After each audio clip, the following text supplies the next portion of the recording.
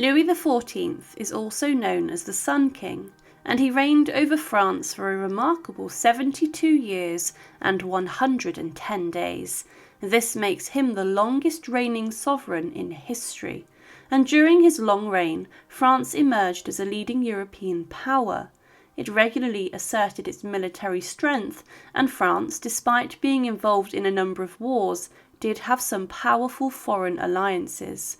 But following his death on the 1st of September 1716, at the age of 76, his great-grandson, Louis XV, would take the throne.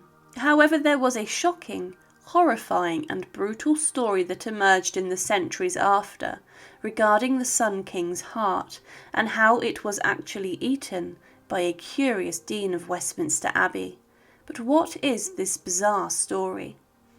Despite being a symbol of health and virtue, Louis XIV sought to protect a good impression of his health. However, he was not the most well man. He suffered from symptoms of diabetes and also had many dental abscesses, as well as boils which he could not get rid of. Louis also suffered with fainting spells, dizziness, gout, hot flushes and headaches. There were 3 chief physicians appointed to serve the king, and they recorded his health problems and kept a daily report of this. He even underwent an operation in the November of 1686 involving his bottom. However, on the 1st of September 1715, King Louis XIV died of gangrene at Versailles. He was 4 days short of his 77th birthday and had spent 72 years on the throne. His final days were spent in a lot of pain, and it was said he finally yielded up his soul without any effort, like a candle going out, whilst he recited a psalm. His body was laid to rest outside of Paris, and it was left undisturbed for 80 years until revolutionaries exhumed his body, and they destroyed all of the remains found inside of St. Denis Basilia. However, since the 13th century, it had been the practice in France to spectate the bowels, heart, and other internal organs from the body of a dead king or queen. This was also done in England. For example, during the Tudor times, it's believed that Henry VIII's third wife, Jane Seymour, had her heart buried under the altar of Hampton Court Palace. Also, Mary, Queen of Scots, following her execution, had her heart and entrails removed, and they were then buried in secret under the place of her execution. The hearts were embalmed and then placed in ornate reliquaries, which were then placed on black taffeta-covered cushions on the lap of the king's confessor. Under the cover of night-time, a funeral procession would then take the royal heart to its last resting place, which was often a separate location from the body and where the body would be buried.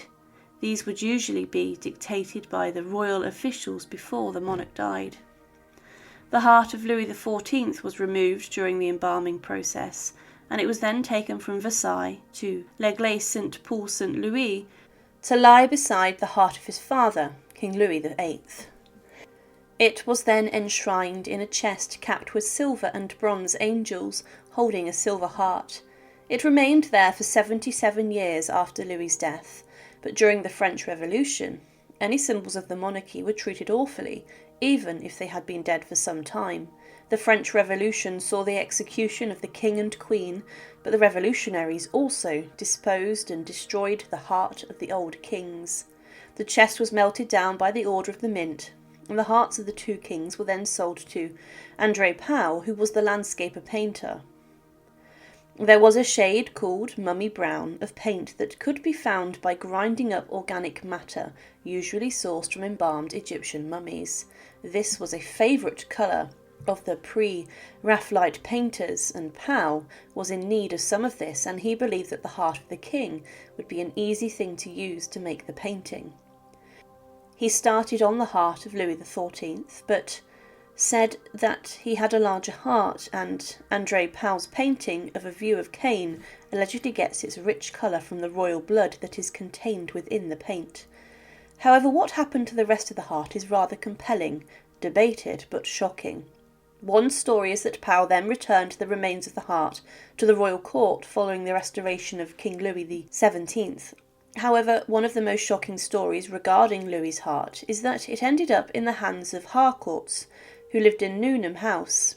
This is a house in Oxfordshire, and it's believed that the family who owned this during dinner parties would show the Sun King's heart, and that this would then impress the guests. It is said that it was given by the Archbishop of York to the family, and during one dinner there were many guests where the heart was then showed. This included William Harcourt, the brother of the Archbishop and founder of the British Association for the Advancement of Science, and also the Dean of Westminster, William Buckland. Now, Buckland was a man who, despite his position as the Dean of Westminster in the church, had a fondness for the scientific. He was a man who described the megalorus, and he was also a keen geologist. But he was also keen on eating bizarre and strange things and exotic meats. He sought new foods and sources of foods, and he would organise meetings where people would eat strange and foreign things such as sea slugs and kangaroo. But the heart was being passed around the dinner party at Newnham House, and he professed whilst looking at it, and it was now no bigger than a walnut, "I have eaten many strange things, but I have never eaten the heart of a king before." Looking at the Sun King's heart, it was then said he ate it, and that precious relic was then lost forever. William Buckland did have a taste for the strange things that he could eat and put in his mouth, and it's generally accepted that a piece of his heart was eaten by him. This may have been a smaller piece which had been taken from the reliquary and kept in a silver locket, and you could imagine the look on the others in their faces in the room. And some people may have wanted to throw up seeing a man eat the heart of the French king. Now, allegedly, he was intrigued about mortality and whether there was a way of preserving life and adding years onto your life, and he may have believed that eating the heart of a king would help this. However, it did not, as Buckland died in 1856. But King Louis XIV was the ruler of France, and he had the longest recorded reign in history of a monarch. However, he would never have believed that his heart after his death would have been eaten by a curious zoologist and Dean of Westminster or priest.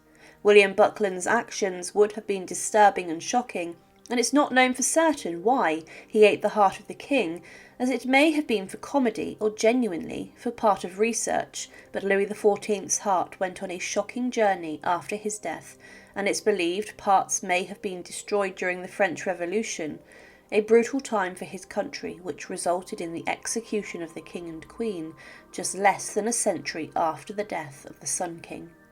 Thank you for watching, and to support, please subscribe to Her Remarkable History. Thank you.